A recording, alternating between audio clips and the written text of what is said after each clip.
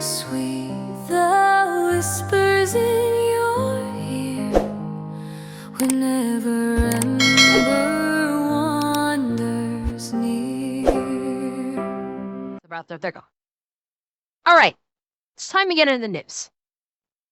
It's time to get into the news because first and foremost,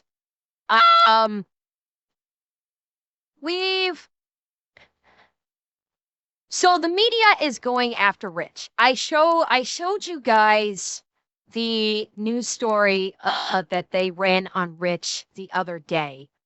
And apparently more journalists are trying to come after Rich and smear him.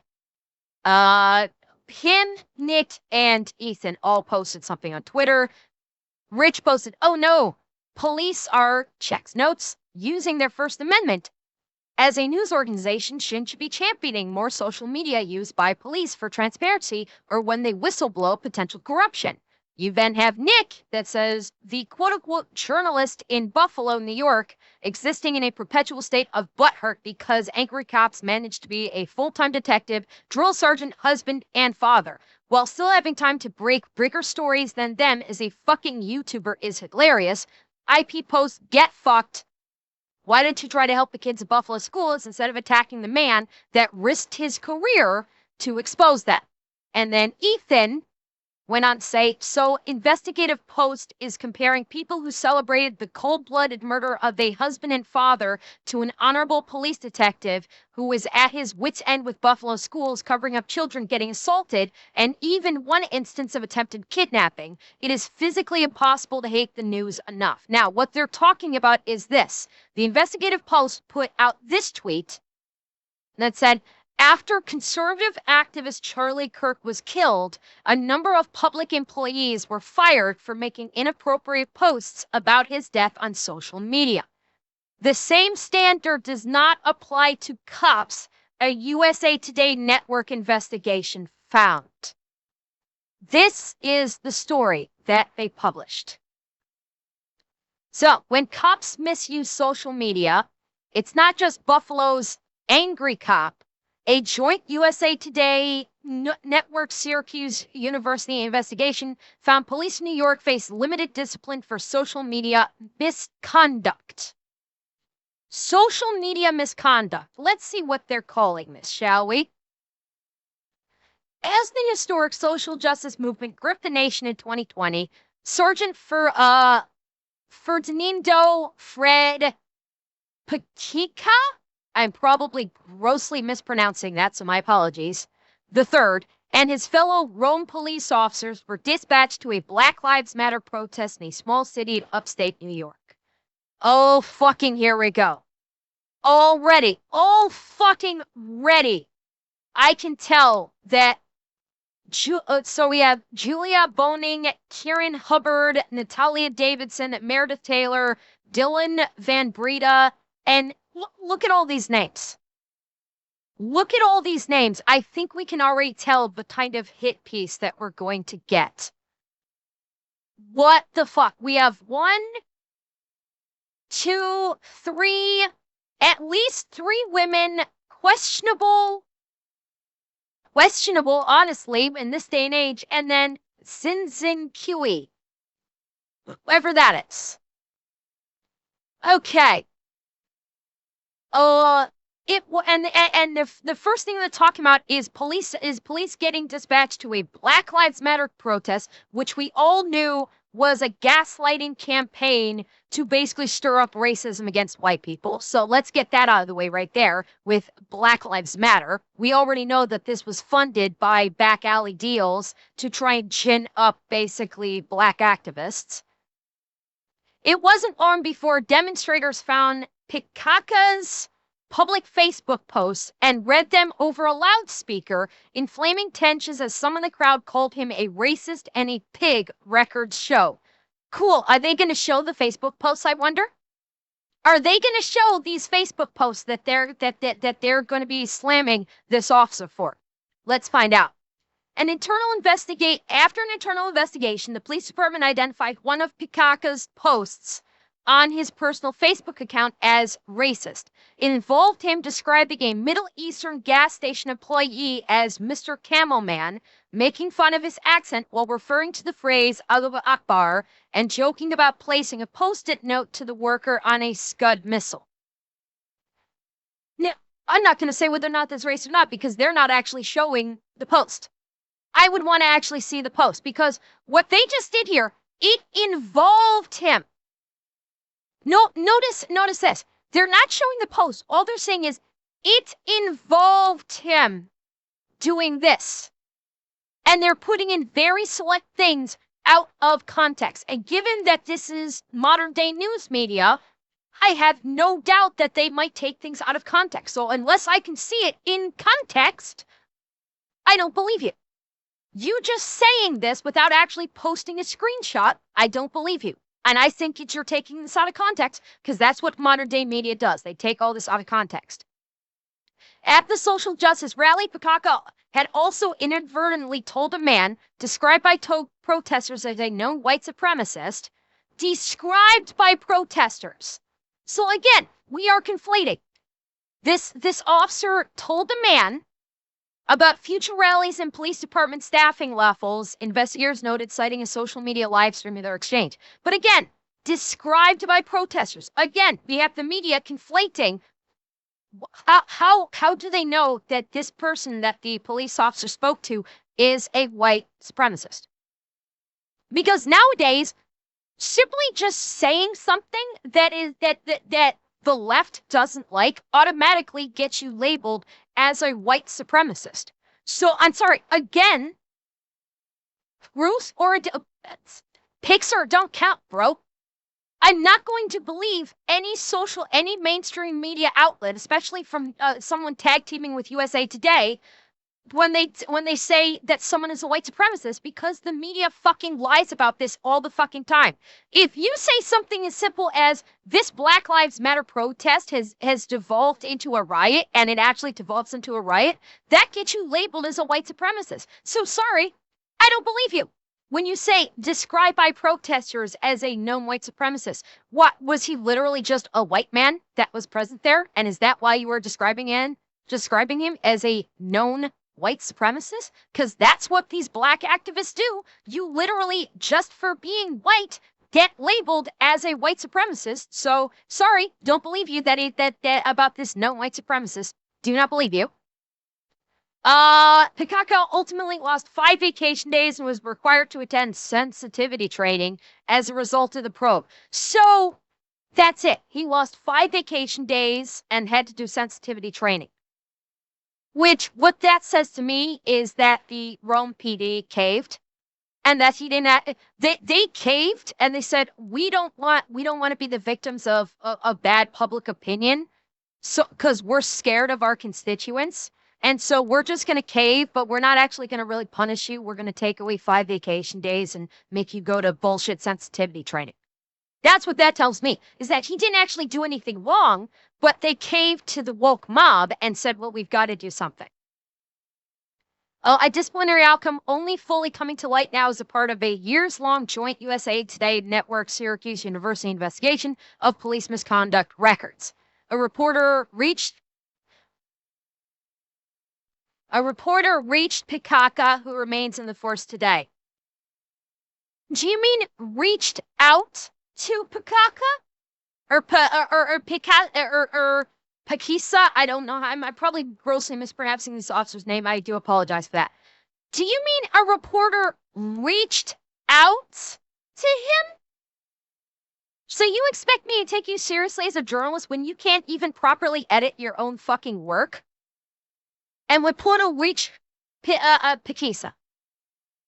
No, I think he meant reached out. Which one of these brain trusts wrote this lie? That does. Which one of them? Which one of them, I wonder, can't properly speak English? Gee, I wonder. He said so it would have been a reporter successfully reached out to him, unless they actually reached him because they actually walked over and then finally reached him. Again, it's not proper literary grammar. unless this was preceded by a reporter found Officer Pakisa and approached him, and upon reaching him, no, it's a reporter reached out to him. These are people that don't have a grasp of proper literary English grammar. Shocking. There's a lot more to the story than what was out there, he said, before declining to answer further questions. I'll bet there probably is. And I'm betting why he declined to answer is because he knows that that these reporters would take anything that he says, twist it, and spin it to fit their own narrative. Rome Police Department's current leadership didn't respond to multiple requests for comment. The Kisa's case is not an anomaly. Examples range from Buffalo's nationally notorious angry cop, notorious. You forgot, again, their literary grammar is completely out the fucking window. You misspelled celebrated. Buffalo's nationally celebrated angry cop. Because the only people who consider Rich notorious are the news media. The news media and the Buffalo Public School, whom he exposed, are the only ones that consider him quote unquote notorious. Literally everyone else either celebrates him or thinks he's hilarious. So yeah, no bias going on here. None whatsoever. Who in a lawsuit alleges he's been denied promotions because of his high-profile social media activity, to the inappropriate tweets of a small-town Hudson Valley officer. Through analyzing almost 150 pages of misconduct records and 50 pages of internal social media policies at New York police departments, journalists found that officers generally face minimal discipline for social media misconduct. Cool. What are they categorizing as misconduct? Can't wait to find what that is. Are they classifying social media misconduct as not glazing the woke mob and deep-throating the DEI agenda? Is that what they're labeling as misconduct, I wonder?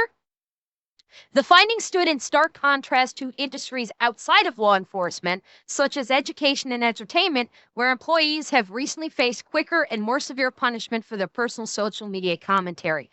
Oh, you mean the education and entertainment industry individuals who were literally doing TikTok dances celebrating the assassination of someone? Because that is also in stark contrast, I'm guessing, to the social media posts of the police officers that we're about to find out about. See, again, they're saying, oh, you know, these people in education and entertainment were cheering, celebrating, dancing, and about the death of someone who gave an opinion they didn't agree with.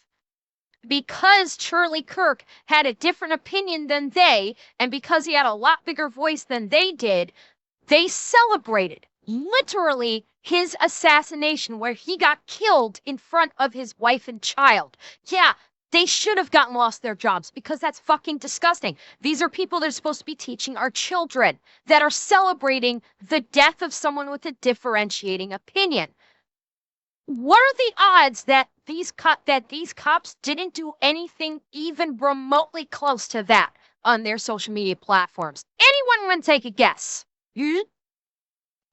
The discrepancy becomes clear when looking at the wave of social media-related firings and suspensions that unfolded across the country after the killing of conservative activist Charlie Kirk in 2025. More than 100 people, around half of them educators, face varying repercussions for posting controversial comments about Kirk's death. Already you can see where they're going. They're going to try to equate teachers celebrating killing someone over free speech with cops basically shitposting on social media. Again, they're basically, this is a completely woke article. This is a complete DEI hire article that is trying to support people celebrating killing someone for exercising the First Amendment. The false equivalency of this is already fucking staggering. We can already see where this is going to go, but we're going to keep going. Why? Because I want to expose Julia Boneng, Kieran Hubbard, Natalia Davidson, Meredith Taylor, Dylan Van Breda, and Zinzin Kui to whatever audience my voice can find so they can see what absolute dog shit writers these news publishers are hiring and how the news media lies. At the same time, many police departments had vague guidelines for breaches in social media conduct, making decisions on a case-by-case basis. Policies are further muddled by the separation of an officer as an employee and as a private citizen themselves. Some state lawmakers have also raised new concerns about the laws and regulations involved in firing police officers for misconduct, citing USA Today network reporting on the process called decertification. New York police discipline records first became available after George Floyd's death.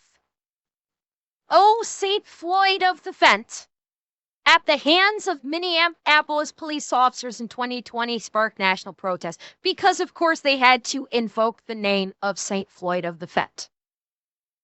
Of course. St. Floyd of the Fentanyl, in his name we pray. Sorry, Kirsha, I had to steal that. I had to. Amid the movement, New York legislators voted to repeal a law that had kept officer misconduct secret for decades, called Section 50A of the New York State Civil Rights Law. For State Senator Luis Spelaveta, I probably mispronounced that, one of the 50A repeal's co-sponsors, it helped push police towards a higher level of accountability that he believes should be the expectation for any public servant. And you know what? I'm okay with this. This may shock you. I'm okay. I'm kind of okay about, officer misconduct being available through like a FOIA. If somebody wants to do a FOIA for officer misconduct, legitimately, I'm okay with that. I am. It's, freedom of information. If an officer if there's legit officer misconduct, the public should be aware of it. I'm actually okay with that. I am. So, Buffalo's angry cop. Then there's the case of Detective Richard High, currently assigned to the Buffalo Police Department Special Victims Unit. Widely known as Angry Cop, High has butted heads with department brass for much of his 14-year career as a police officer. Don't know if I'd necessarily say butted heads. Rich has talked about times that he's, had issues interdepartmentally. I wouldn't say that, I wouldn't say he's butted heads with department brass for much of his 14-year career. I have a feeling that's going to be a gross mischaracterization. In 2016, he was suspended for 22 days without pay for his satirical videos posted to Vine in early years, later to YouTube channel, which the department said violated its social media policies. Okay, he calls out problems. Now, as far as his suspension for 22 days without pay in 2016, that was obviously but this is 10 years ago. Okay, this is 10 years ago. This happened. I don't know anything about his videos that he originally posted on Vine and what he posted on YouTube. I'm not going to comment. I'm not going to comment on those. Because I don't know if was he more unhinged? Did he actually violate department policy? I don't know. Couldn't tell you because I didn't see any of those videos. High's videos are frequently profane and controversial. And why do you think people love them? Yeah, absolutely. Yeah, back in 2016, it could have been a completely different policy. That's exactly what I was referring to. I said I'm not going to commentate on because I don't know his videos. I don't know what their policies was back then. Yeah. So his videos are frequently profane and controversial. You misspelled fucking awesome. Once again, these hack writers making these blatant spelling errors that even a third grader could see. Like, seriously, what the hell, guys? Well, you misspelled base and awesome. I mean, you're supposed to be professionals here. What are you doing? They have attracted millions of viewers. Last year on a well-known conservative podcast, High accused Buffalo. Oh my God. They were, fuck me. Oh, they're scared. Oh, fuck me, they're scared. And well-known conservative podcast. Are they really that scared to say the unsubscribed podcast?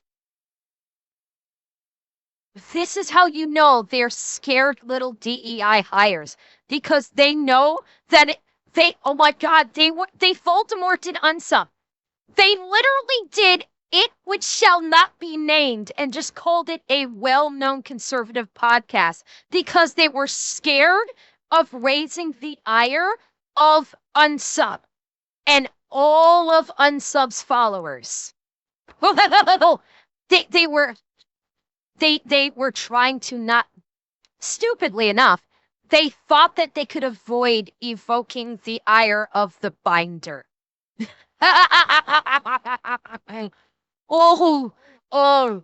They're got to find out. I have no doubt whatsoever Nick has already fired up the printer. Yeah, the one problem is you have Rich, you have Nick, you have Ethan. I have no doubt their Donuts probably called it out. Eli's probably called it out. Like, gamers, you done fucked up. These journalists just seriously fucked up because they have invoked the ire of unsub, and it's game fucking on. So I accuse Buffalo school officials of obstructing a police investigation into an attempted kidnapping, which he brought the receipts for that. They did. They 100% did obstruct a police investigation, and it was revealed that they have obstructed multiple police investigations. Recently, he published several videos taking issue with Investigative Post reporting on the February death of Nurul Amin Shah Alam after the nearly blind Burmese Rohingya refugee was detained and released by federal immigration officials, which we did see. We did watch that video where he basically broke down what happened with that. He broke down that Babe's I can't remember exactly his full breakdown of it, but basically it boiled down to they were going to, like, ICE was going to release him. The guy didn't have I'm pretty sure the guy didn't have a home. There was something like they were fine with leaving him. Like they were fine with leaving him at the Burger King because I think that's what the family wanted, or I could be mischaracterizing it. It was a while ago that we saw it, but we actually did watch his video where he talks about it. And yes, he talked about how basically the news media completely blew it out of proportion, specifically just so they could bash on ICE. Haidt also has a robust record of in real life misconduct. Last year, the state attorney general found he'd engaged in a pattern of misconduct, escalating encounters with civilians, including by using physical force, discourtesy, and unprofessional conduct. And I'm pretty sure Rich has talked about that on Kinda Consensual. I'm pretty sure that Rich has actually discussed this with the boys on Kinda Consensual about this pattern of misconduct, and it was all bullshit. He laid it all out on Kinda Consensual, I believe. And it's just and it was all complete bullshit. Cute. I can't have. Oh, I forgot to turn that off. She's so cute. So, I mean, that's all bullshit. And by the way, engaged in a pattern of misconduct, escalating encounters. Really, what specifically? What specifically was a pattern of misconduct of escalating encounters with civilians? Cool. You have examples? Including by using physical force. Cool. You got examples? Discourtesy. Got an example for me? Unprofessional conduct. You got an example for me? Examples are full of shit. Because right now, nobody believes the news media when they just put this out. Nobody believes you because the news media, all you do is lie.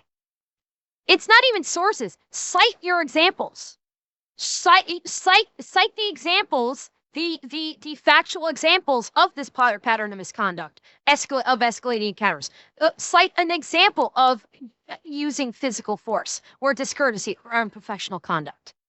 Give me examples or you're a fucking liar. And your source is, I made it the fuck up. Because no one trusts mainstream media now. Absolutely nobody trusts you media people anymore. Because you all fucking lie to basically push the agenda. So cite sources, cite examples, or kindly fuck off. The finding was based on a review of 8 incidents, including one in which he intentionally backed his patrol car into a motorcyclist when both were stopped at a red light. The city paid the motorcyclist $65,000 to settle the lawsuit. I can't recall if Rich talked about that motorcycle incident where he quote unquote intentionally backed his patrol car into a motorcyclist. I don't recall if he's ever spoken about the case or why it happened.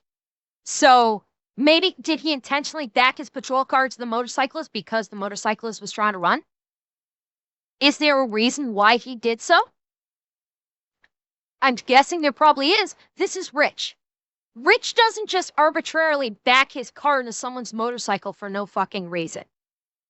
It's like we know Rich's character pretty freaking good by now, with basically all of the very candid conversations that he's had time and time again with the boys, both in Kind of Consensual and on Udsub, where he's just having these candid conversations, explaining things and how things work on the job, situations that occur. Nothing would indicate that he would just back into a motorcycle for no fucking reason and do so intentionally. And yes, very key note of distinction, cities will frequently just settle out of court so they can avoid a drawn-out lawsuit. So just because the city paid the motorcyclist $65,000 does not mean that Rich was at fault. It means that the city didn't want to deal with a lawsuit and they just wanted to go away. And they don't care if it makes Rich look bad by paying the guy off. That's something to keep in mind. Okay? In 2021, High filed a grievance alleging he'd been denied promotion because of his social media activity. In 2023, he was promoted to detective, then lieutenant. He later opted to return to the rank of detective. Last week, High sued the department in federal court once again, arguing that his social media activity had led superiors to stymie his advances through the ranks, or his advancement through the ranks. Okay. With the record show about the social media misconduct. Of more than the 2,500 records included in USA Today's network's database of police disciplinary records, 13 cases involved officer misconduct on social media as a primary factor. 6 out of the 13 occurred between March 2020 and October 2021. Interesting. Those dates are notable. Those dates are very notable. Is when the majority of these cases involving officer misconduct on social media as a primary factor, where 6 of them occur, 6 of the 13 occurred in this span of time. Anybody remember what happened between March 2020 and October 2021? There's a certain group, certain 3-letter group that came into prominence and basically was taking over the social media space and was one of the inciting factors into why you basically cannot express yourself on social media now without being labeled as an istophobe and a Nazi and a fascist. The George Floyd incident, the rise of the racist organization BLM, and the rise of basically the SJRs calling literally everyone on social media that doesn't walk in lockstep with them like a good little fascist, a Nazi, a fascist, or an istophobe. So yeah, the 6, like half of the officer misconduct on social media occurred during that massive spike. Gee, could that misconduct on social media simply be just the police officers expressing a different opinion than the woke insane asylum mob that was dramatically on the rise at that time? Gee, that could be a possibility, I think. Just one of these cases in which an officer contacted a suspect's wife on Facebook amid an investigation into a mobile methamphetamine lab resulted in termination. Okay, details, please. You said you had all this information. All we've got here is an officer contacted a suspect's wife on Facebook amid an investigation into a mobile methamphetamine lab. Why did the officer contact the suspect's wife? Why did he get terminated for this? Again, you're giving excessively vague information here and painting it as this cop was bad. This was a bad cop because he contacted the suspect's wife on Facebook amid this investigation. Did this officer perhaps try and contact the suspect's wife to try and because they recognized that she was an innocent bystander? And he contacted her on social media to maybe try and get information from her or try to get her to safety since they were discussing a mobile methamphetamine lab? Huh? Maybe it's something like that. No, they're going to deliberately leave this excessively vague and just say, this officer is evil because he contacted the suspect's wife on Facebook. No context beyond that. Great fucking reporting, Investigative Post. Keeping it nice and vague so your DEI SJR brainwashed mob can just go, oh yeah, evil cop, this was bad, durr. The remaining cases ranging from one officer posting vulgar language, oh heavens to Betsy, a police officer said a bad word. I can't handle a police officer saying a bad word on social media. He should immediately be removed from the department. I can't handle an officer saying fuck or shit. My delicate 3-year-old ears just simply can't handle it. Exactly. If you can't handle a cop swearing online, get offline. Point blank. If you are incapable of handling, and by the way, so an officer said a swear word. It's probably a lot less than the abjectly horrific shit the rest of the internet posts on social media on a daily fucking basis. If you're gonna get the vapors because a cop used vulgar language, get the fuck off the internet. Another one making a post alluding to the police killing of an unarmed black man in an allegedly mocking tone. Cool, what's the post? Post alluding to, again, these quote-unquote reporters using deceptively vague language, alluding to the police killing of an unarmed black man in an allegedly mocking tone. But they're not going to display the post or even quote the post in any way for their readers to decide. No, because this whole article is geared towards SJRs. So basically, they're just like, trust us, mindless SJR followers. We're telling you that this police officer made a post mocking about the police supposedly killing, alluding to police officers supposedly killing an unarmed black man. Trust us, this actually happened. You don't need context that might completely blow up our entire fucking narrative. Just trust me, bro. Resulted in suspensions lasting no more than a week.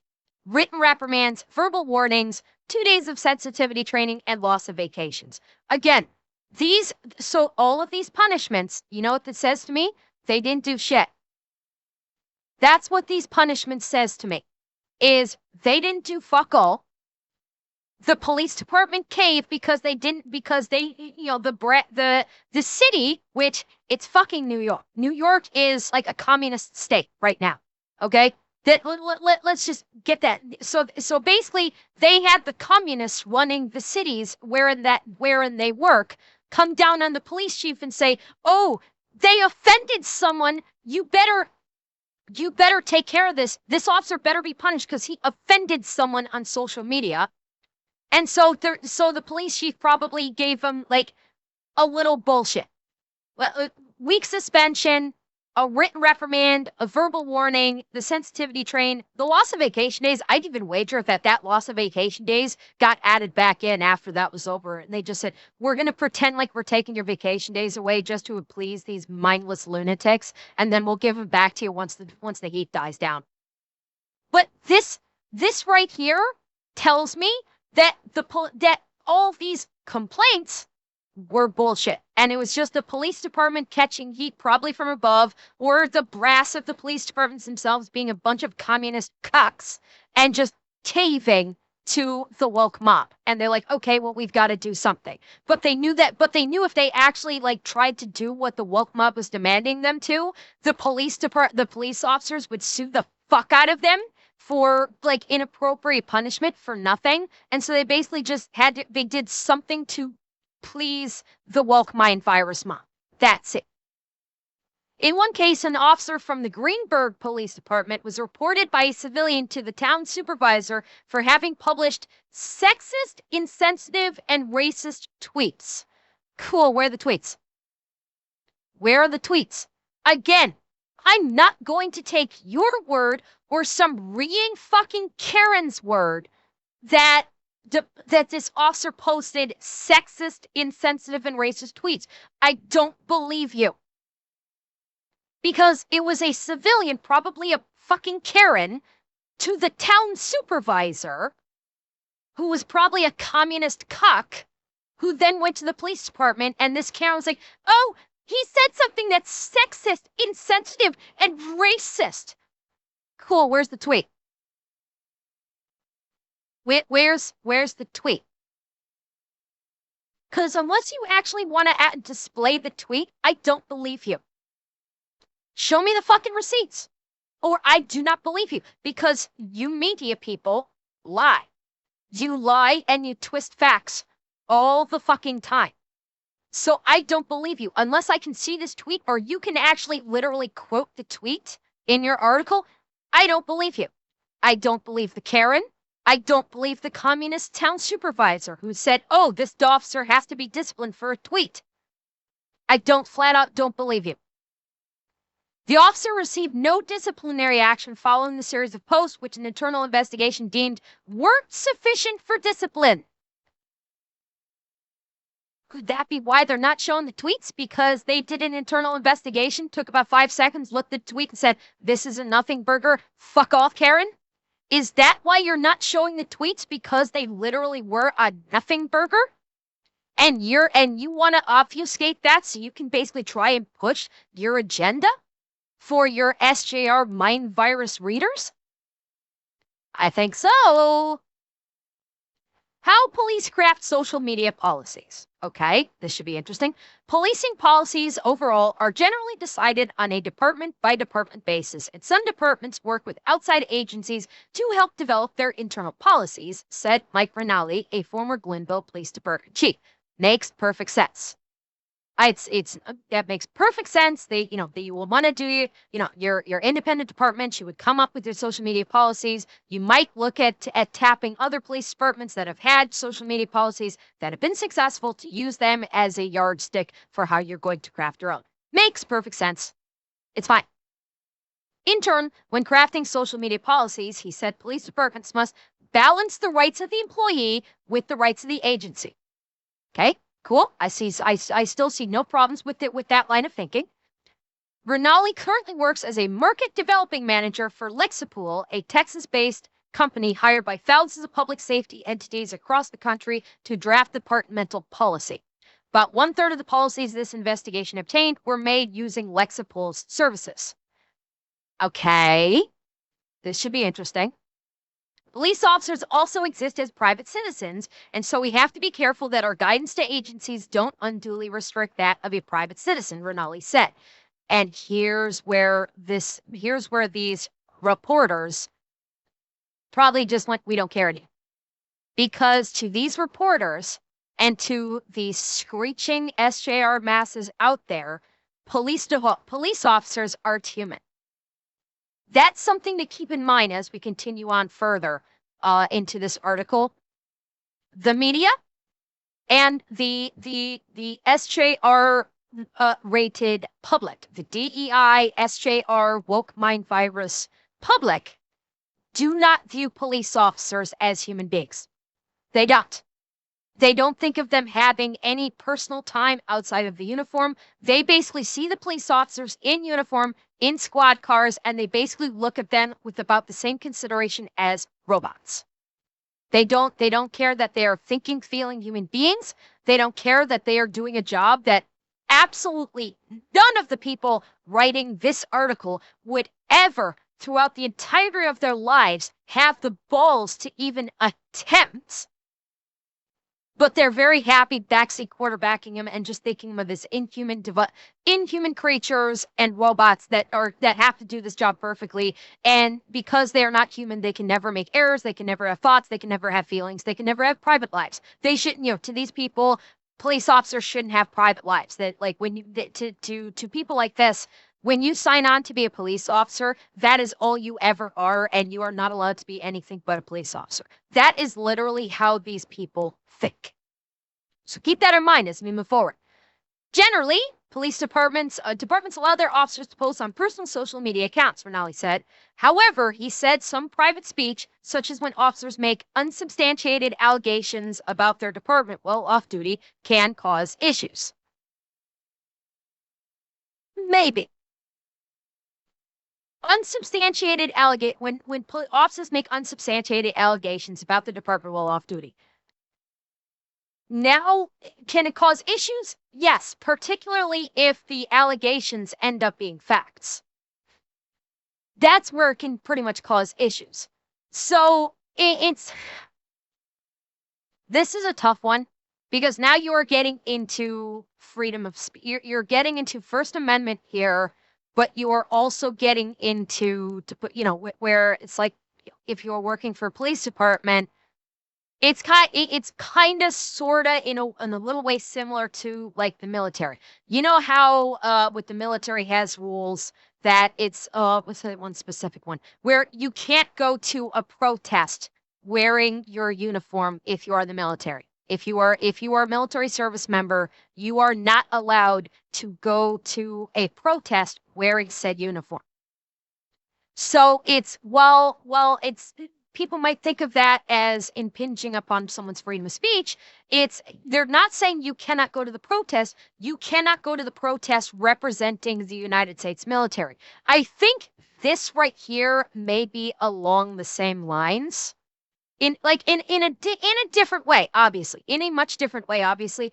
It feels like this is like, okay, we don't want to impinge upon their freedom of speech.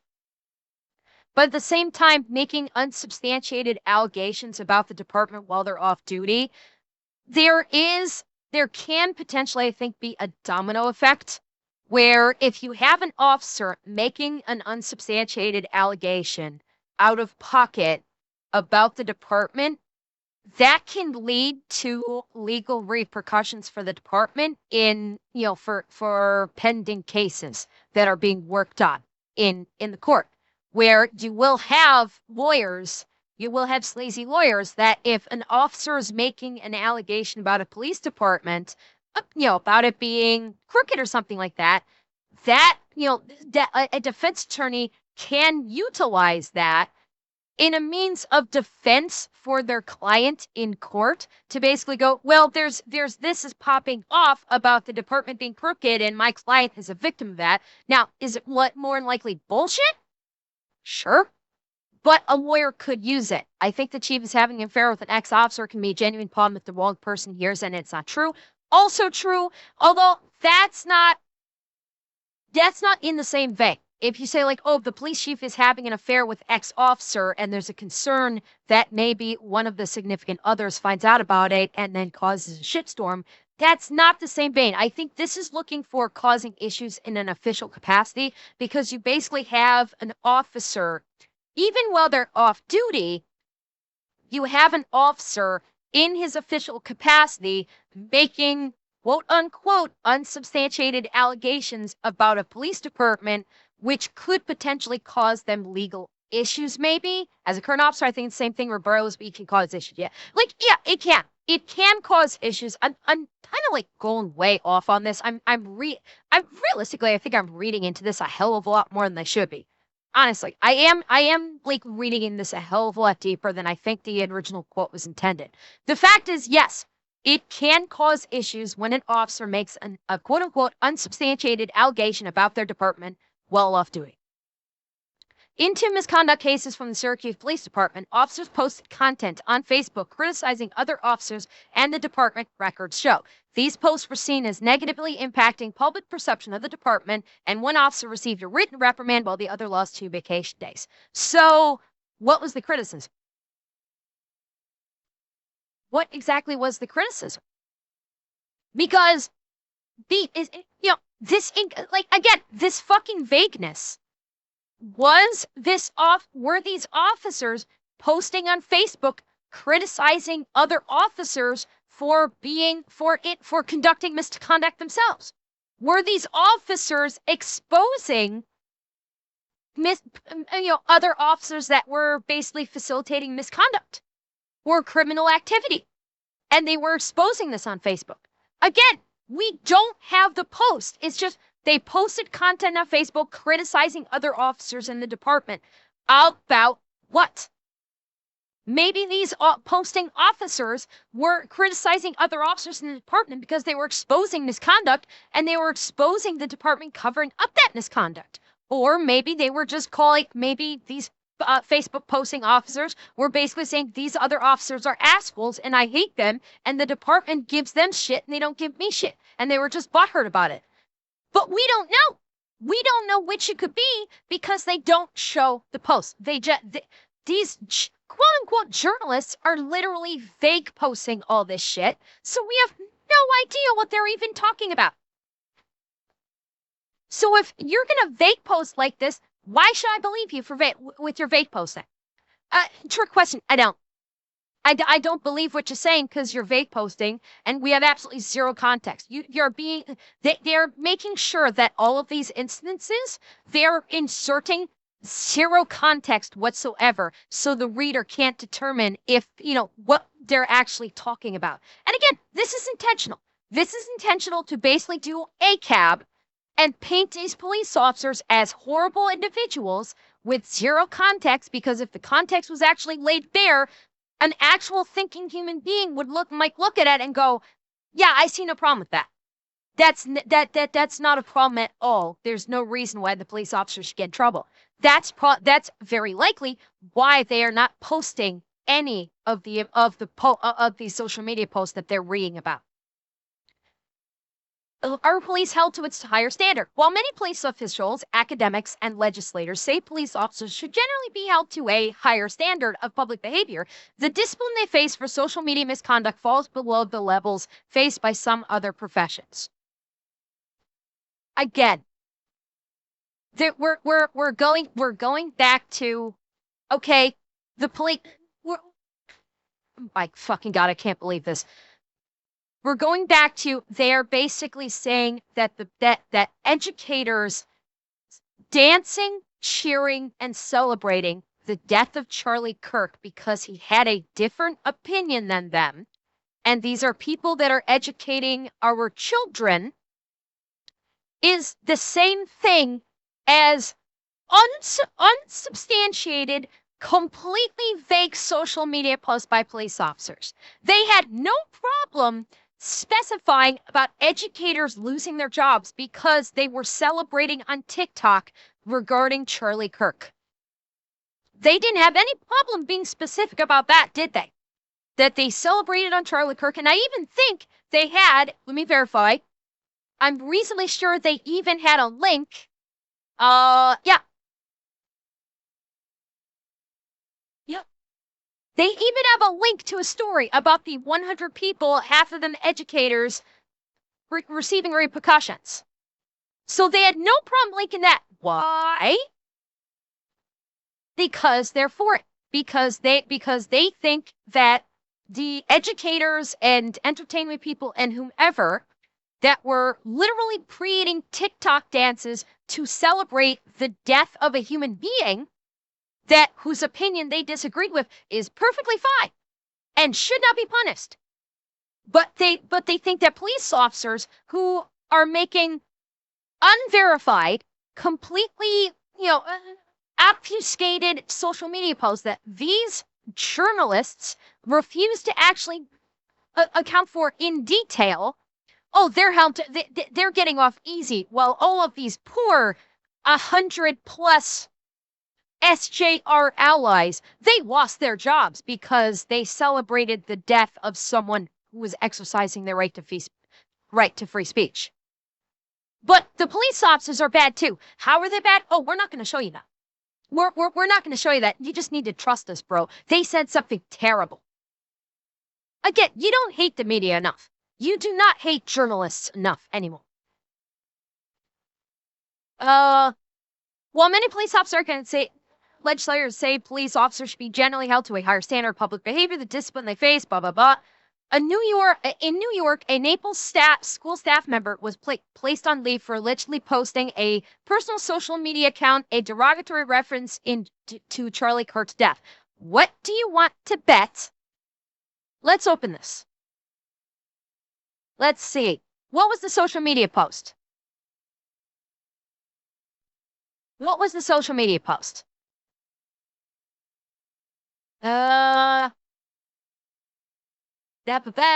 Okay. What was the post? Oh, they're not showing it. They're not showing that social media post. Interesting. Very interesting that they're not showing the social media post. The details of the alleged social media post were not disclosed. Yeah. So they're going to talk about a staff member was placed on. And by the way, the quote-unquote derogatory reference to Charlie Kirk's death, it was them dancing, celebrating, cheering his death. We don't need to fuck with it. The derogatory reference was 100% celebrating his death, making fun of his death, maybe even talking about Charlie Kirk's wife or child, maybe celebrating the fact that he was killed in front of his children. Who knows? That's undoubtedly, that's probably the social media post. In Rockland, a South Orangetown school trustee resigned after facing scrutiny for a post on Kirk. Yeah, again. And by the way, these are school people. These are school people that were celebrating the death of free speech. That's what they were doing. Maybe calling for more violence? Entirely possible. Again, we don't know because, they're obfuscating it.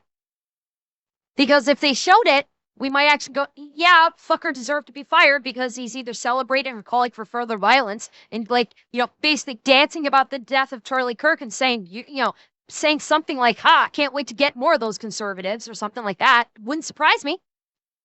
So yet our school trustee resigned for scrutiny about the Kirk post. By the way, anytime they mention a post on Kirk, it was a celebratory post where they were dancing, laughing, clapping, applauding, saying there needs to be more of it. Essentially just celebrating the death of someone exercising their freedom of speech. Just keep that in mind. School staffer in another school staffer in Beekmantown District near New York's northern border was also suspended for posting inappropriate, insensitive remarks. Let's see if we can actually get some details here about this one. Okay, nope, we don't say it. Nope, they're not going to detail it. Okay. He writes about the assassination. Private employees, journalists, lawyers, first responders, and government workers have also faced repercussions after speaking publicly on social media about Kirk. By the way, they're not saying this. First responders also includes police. They're how interesting that they're ignoring this part. With first responders, they're just generalizing first responders. First responders are classified as police, fire, EMS. Those are first responders. But they generalize it. So this way they can just keep their narrative. Notably, talk show host Jimmy Kimmel was briefly suspended from ABC for his comments on Kirk after Federal Communications Commission Chairman Brendan Carr addressed the situation. This move sparked intense backlash from the entertainment industry, and Kimmel was reinstated a few days after being removed. I got nothing to say about that. This is just, again, notice the detail that they're going into about, oh, us poor SJRs have been punished so unfairly for celebrating someone getting killed for exercising their First Amendment rights, being assassinated by one of theirs for exercising his First Amendment rights. They were celebrating. Okay?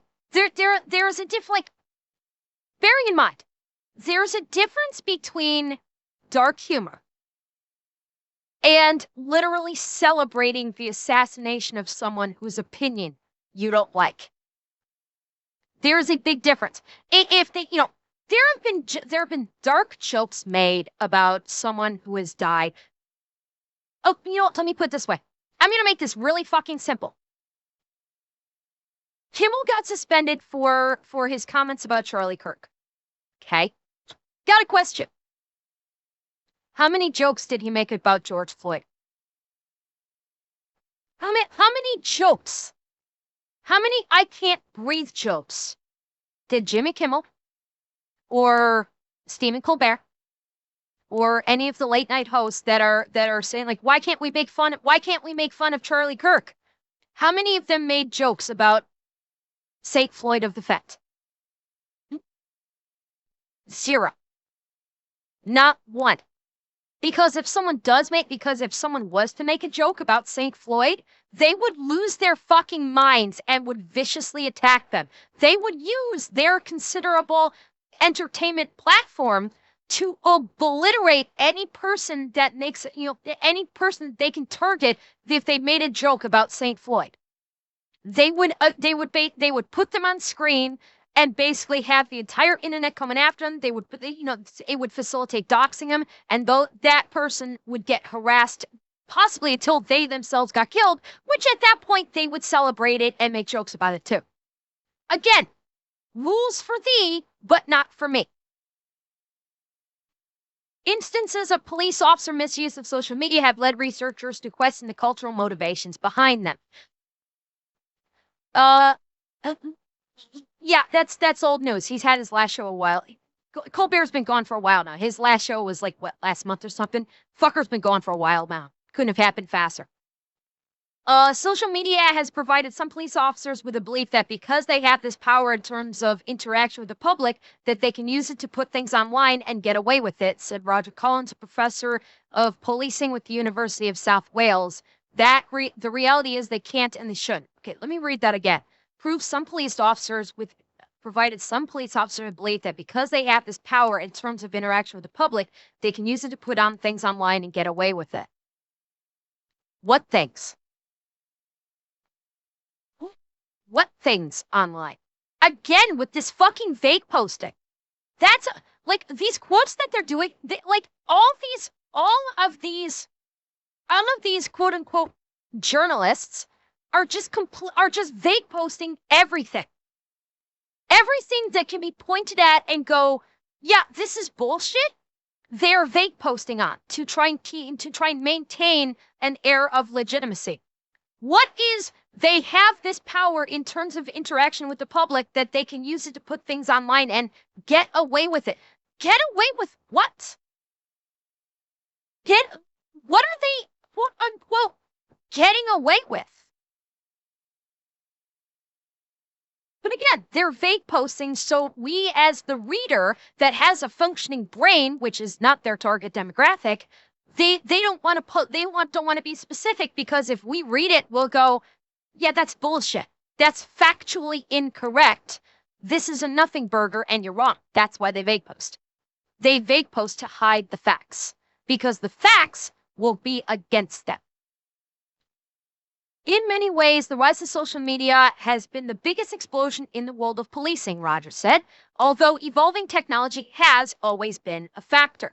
But the recent change in public discourse has resulted in a knowledge disparity between newer police officers who have grown up with social media and their older supervisors. Police officers have a responsibility not to show partiality towards one section of the community or another. Fucking dumb. No shit. That's how things have always been. You're not breaking new ground by saying that police officers should treat everybody impartially. Wow, what a revelation. That's been in existence for 100 years plus. Seriously, dude, what the fuck? I think that's a cornerstone of the democratic policing model. Take the democratic part out of it, you fucking hack. It's a cornerstone of policing. It's been around for 100+ years. You're not making some grand revelation here. See, Cheektowa's social media standards. Still, the handling of Cheektowa police officers' criticism of a town-run event underscored the varying standards for social media use by those in law enforcement. Referring to small fights among teenagers and reports of vandalism in a town park's July 4th fireworks show in 2014, the officer posted on Facebook wishing the event would be canceled next year. Okay, where's the problem? Like, this is New York. And teens fighting and vandalism. Yeah, we've seen a systematic rise in basically teen lack of discipline in teams where they just are acting more and more like fucking animals and fighting like crazy and rioting and destroying shit just for fun.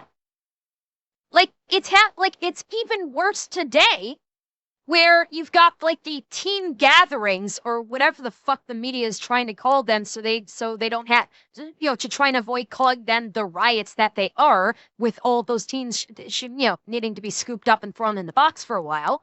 They're doing their best they can to avoid it. But yeah, if there was a bunch of and by small fights, doubt that I seriously doubt. Small fights and reports of vandalism. Translation: the thugs were beating the fuck out of each other in gang wars, and they were probably smashing up fucking cars because it was fun. This was like the 2014 version of the quote unquote team takeovers that have become so prevalent, and we're scared to call them riots. So that's what it was. There was probably a bunch of these riots happening at the 4th of July fireworks show, and the cop probably said, excuse me. And the cop probably said that basically the town set this up like shit, which was facilitating these fights and these damages, and was criticizing the town's handling of it, and said the town shouldn't be holding us if they can't do this right. Where's the problem?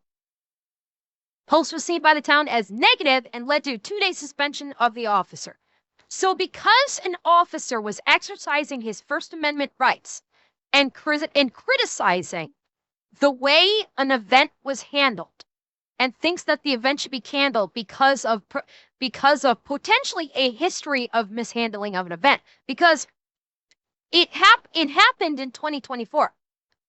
How often had it happened the years before? What if this was a systemic problem where every year, 4 years, the town did a shit job in putting together their 4th of July ceremony, and it was only in 2024 that the police officer finally said, yeah, this has been going on for years. Obviously, the town has no clue how to set up a festival like this. They should just cancel it.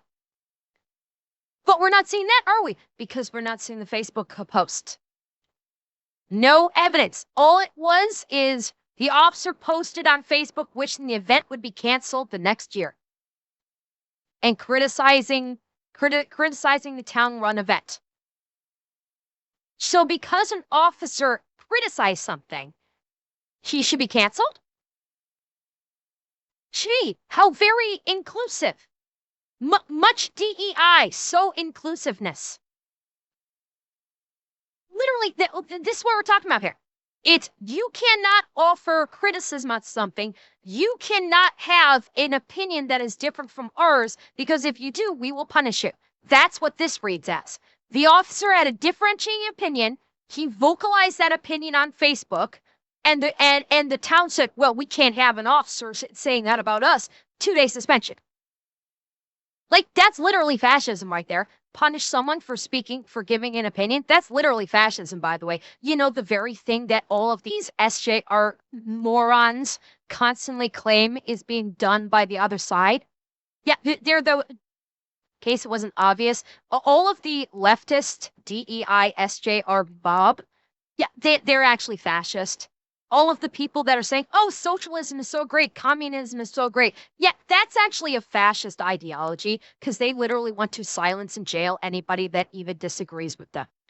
Just want to let you know that, by the way. Captain Jeffrey Schmidt, the public information officer for the Chickasaw Police Department, has said his agency regularly reviews its social media policies for officers. Its policy, first issued in 2018, was recently reviewed in August of 2025. The guidelines prohibit officers from posting political endorsements, hate speech, or anything that could jeopardize the safety of the department's members. I have a problem with this part.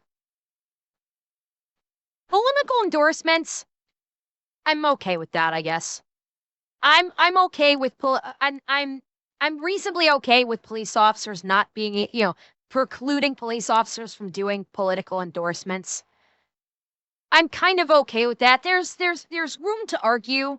Yeah, and that's where I'm going with that. The hate speech part, in modern day, you will not find much more of a grotesquely objective phrase than hate speech. Or subjective, not objective. Subjective. You will not find much more of a subjective phrase than hate speech.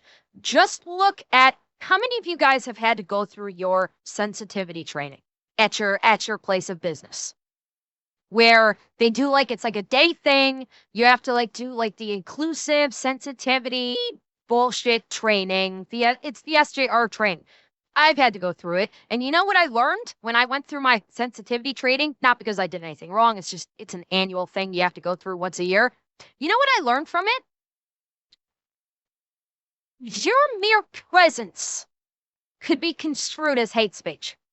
Your mere presence could be construed as, I don't feel comfortable and therefore you should be punished. Because when it comes to the issues of quote unquote hate speech, intention or even the words themselves mean nothing. It's literally all about perception. So basically, companies are catering to the 2% infantilized adults. That's what it boils down to, is basically they are catering to the worst employees, and they are catering to the employees that literally bitch about everything. That's who they are catering to. So hate speech becomes incredibly subjective because this sounds like hyperbole. It's not. Depending upon your individualized training, you could literally just say, hi, it's a beautiful day, isn't it? And if a person is in a pissed off mood and they think the day is terrible, they can say, no, it's not a beautiful day. It's a shit day. And then report you to HR and say, I feel personally assaulted because they said it's a good day and I'm feeling bad. And I think it's a bad day. So I feel personally assaulted that I was told today was a good day. This sounds like incredibly stupid hyperbole, but that is literally what this hate speech training says. Someone can literally make that argument and if HR tries to say, okay, well, that's stupid, this butthurt employee can say, nope, look, it says right here in the manual.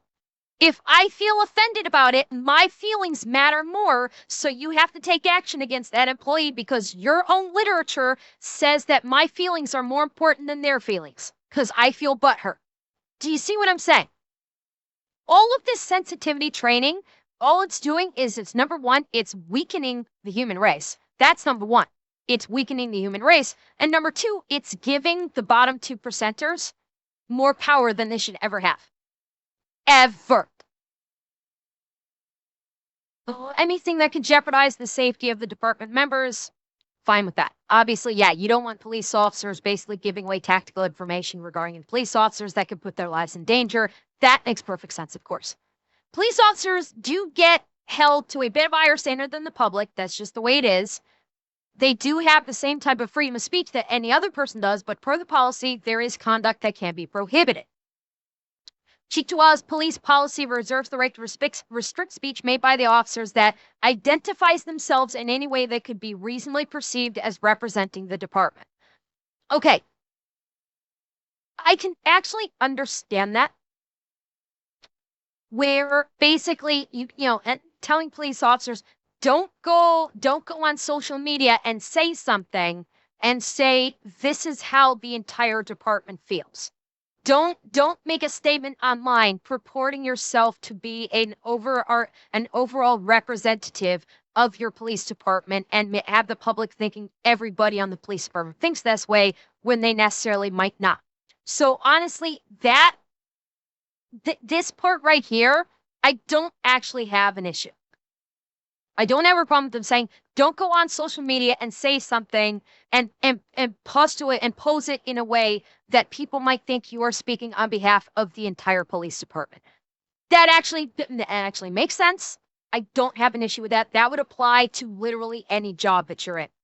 If you go on social media and you say, oh, this such XYZ is terrible at this company, and I'm speaking on behalf, and I'm going to present myself as officially speaking on behalf of the company. Yeah, no job's going to let you do that. So this part is fine.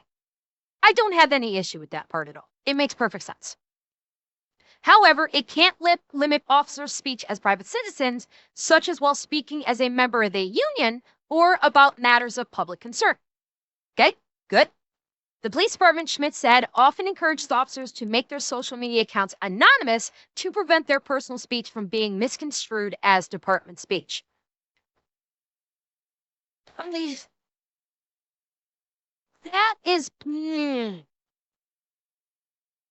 Honestly, I would suggest police officers make their social media accounts anonymous for a completely different reason. Completely different reason. I would suggest officers make their social media accounts anonymous so they don't get doxxed. That's what I would suggest, doing with their social media accounts is to prevent them from being doxxed. If they have family, to prevent their family from being doxxed and having criminals coming after their family. Because God knows how many criminals have threatened to kill police officers' family.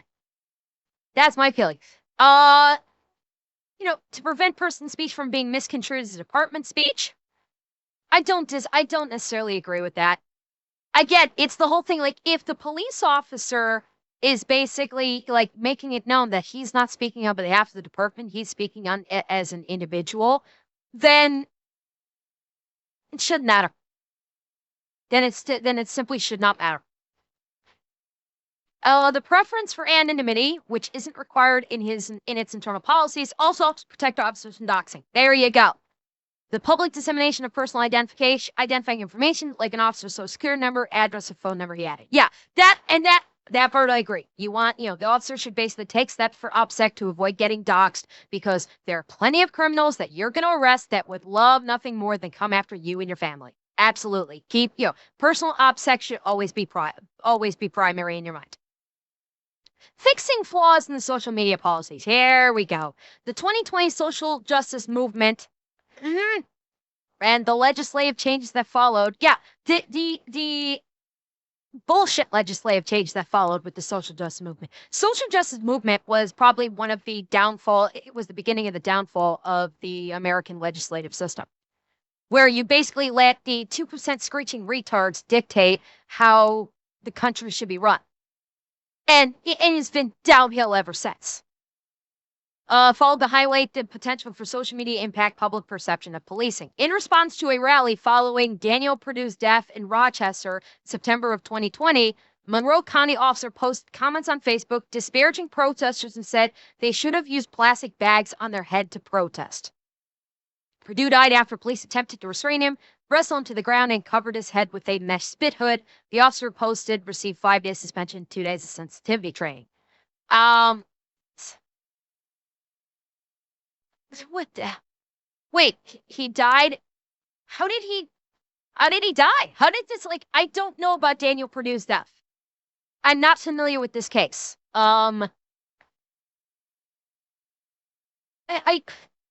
They should have used plastic bags on their heads to protest. Okay. I mean, it's the 2020 protests, so all of them were, mindlessly following, the BLM movement. They didn't, none of them were using the brain. So I don't know if this was a justified comment or not. Let's see. And of course, they'll have a picture of the protest in there. They'll have a picture of the protest and the riot in here, of course. At least 5 of the misconduct cases involve statements officers made while off duty, including the 2020 incident, including Pacassia in Rome. In his investigative report of the incident, former Rome police captain David Collins wrote that the department couldn't punish Pacassia for the racist and insensitive posts. Again, we don't know that they're racist or insensitive. We have no idea if the comments in question are racist and insensitive. Rome, New York. This is in the state of New York. Again, this is the journalists classifying it as quote unquote racist and insensitive, but we have no evidence to substantiate that whatsoever. Keeping that in mind. They couldn't be punished because of New York civil service law statute of limitations. The statute states the employees can't discipline employees for the infractions that occurred more than a year and a half before discovery. Okay. And of course, another protest picture, which has nothing to do with this. Has nothing to do with this. They say it's like, okay, protesters at June 6, 2020 rally against racism and police brutality in Rome. Yeah, I've seen nothing in this article that they talked about any kind of brutality in the city of Rome, New York. So why are you putting this picture up? You have one incident where there's a claim of Pacassia being insensitive and quote-unquote racist, but we don't have the post in question to basically make the determination because we have functioning brains, and these people don't like people with functioning brains to read their articles because they'll immediately rip it apart, kind of like I'm doing. So obviously they're posting this picture in here basically to just placate the SJRs and the people that don't use their brains so they can further instill their ideologies into, the woke type.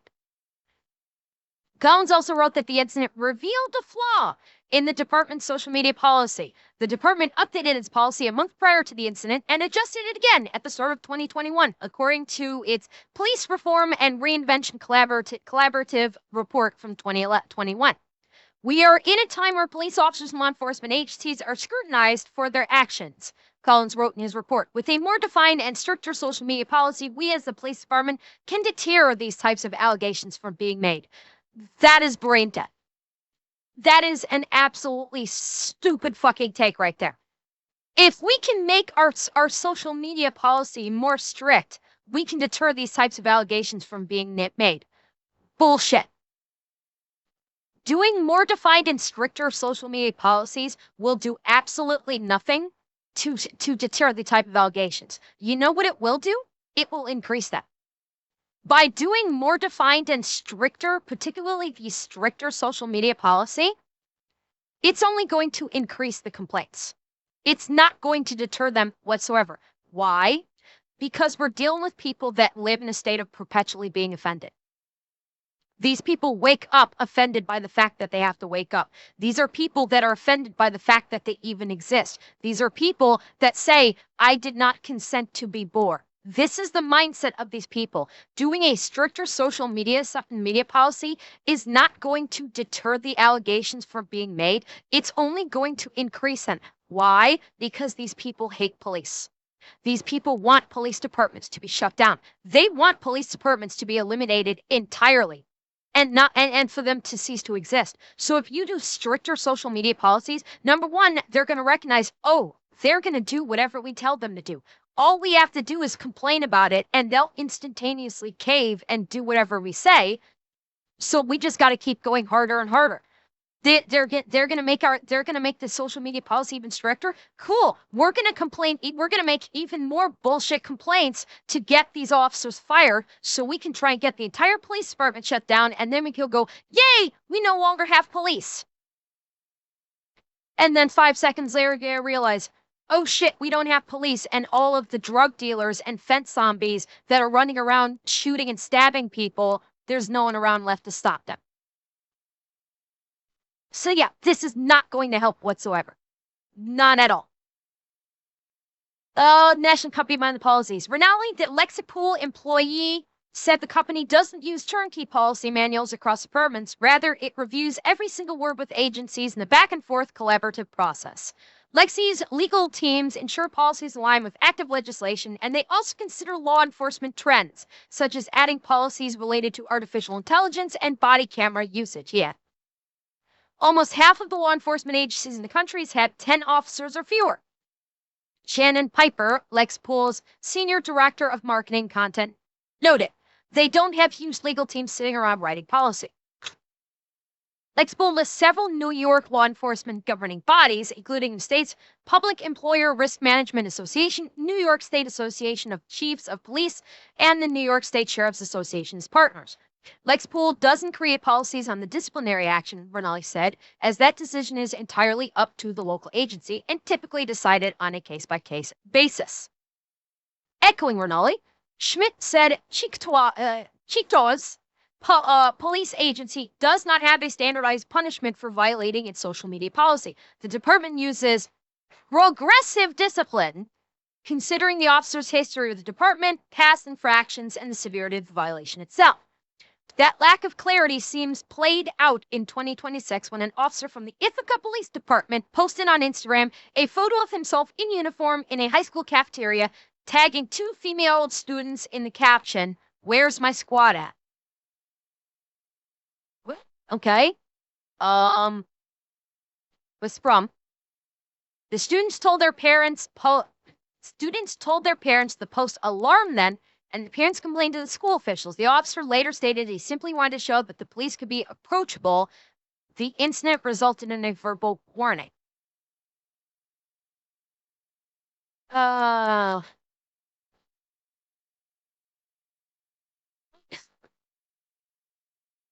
confused too. Reading this, they actually did some descriptiveness here, although not as much as I would have liked.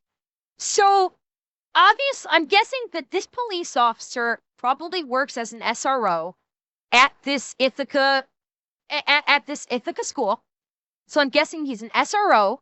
He probably knows these 2 female students, and was just doing a fun post of "Where's my squad at?" because he's, he knows them. He's friendly with them, and squad why would the students tell their parents that the post alarmed them?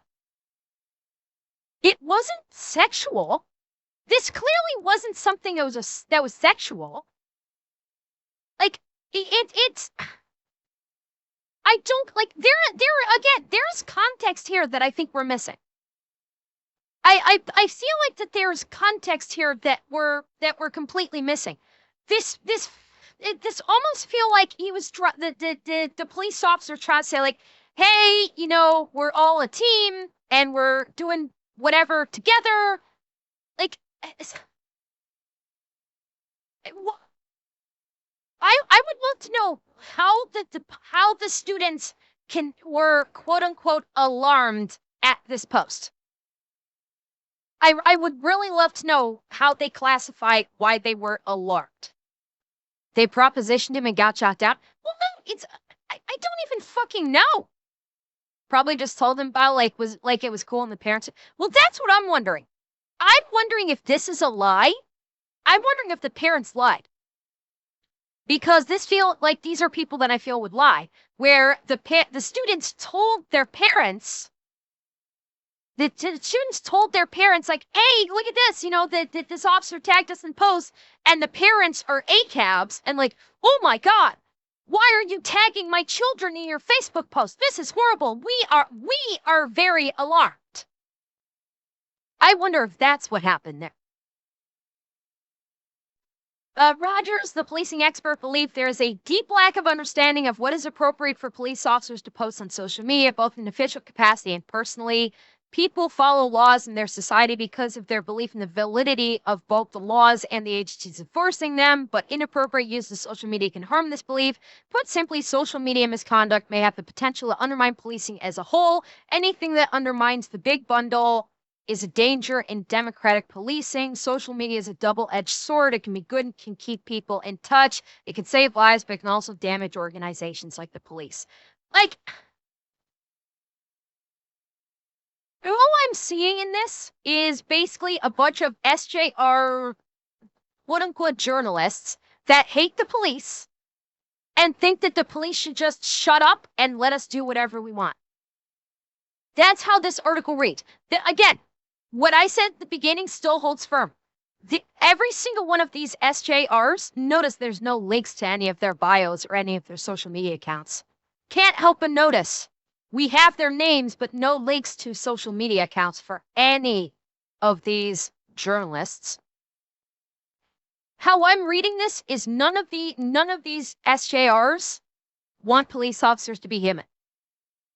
That's how I'm reading this. They do not wish these police officers to have human emotions, to be viewed as human beings. They want them to be viewed as robots, emotionless, do their jobs, and and not even think about them being out of uniform or having private lives.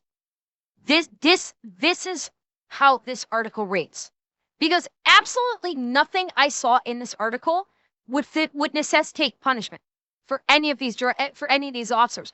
Everything that was stated in this article was vague posting.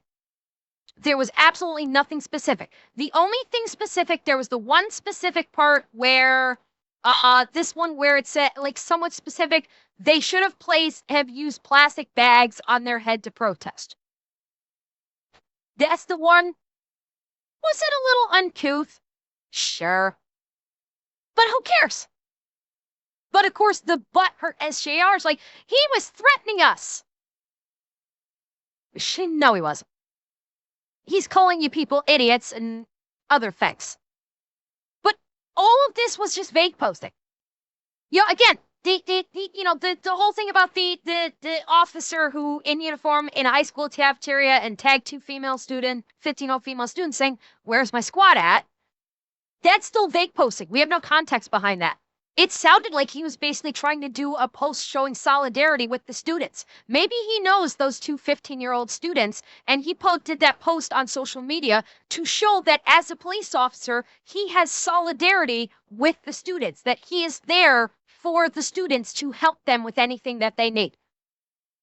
And these screeching SJR parents, because they probably hate cops, made a federal case about it. So that's what I'm getting out of this, is these creatures just completely fake posted about cops posting on social media and are like, okay, I have no doubt every one of them would love for police officers to be verboten from being able to post on social media whatsoever because they don't think that they're human.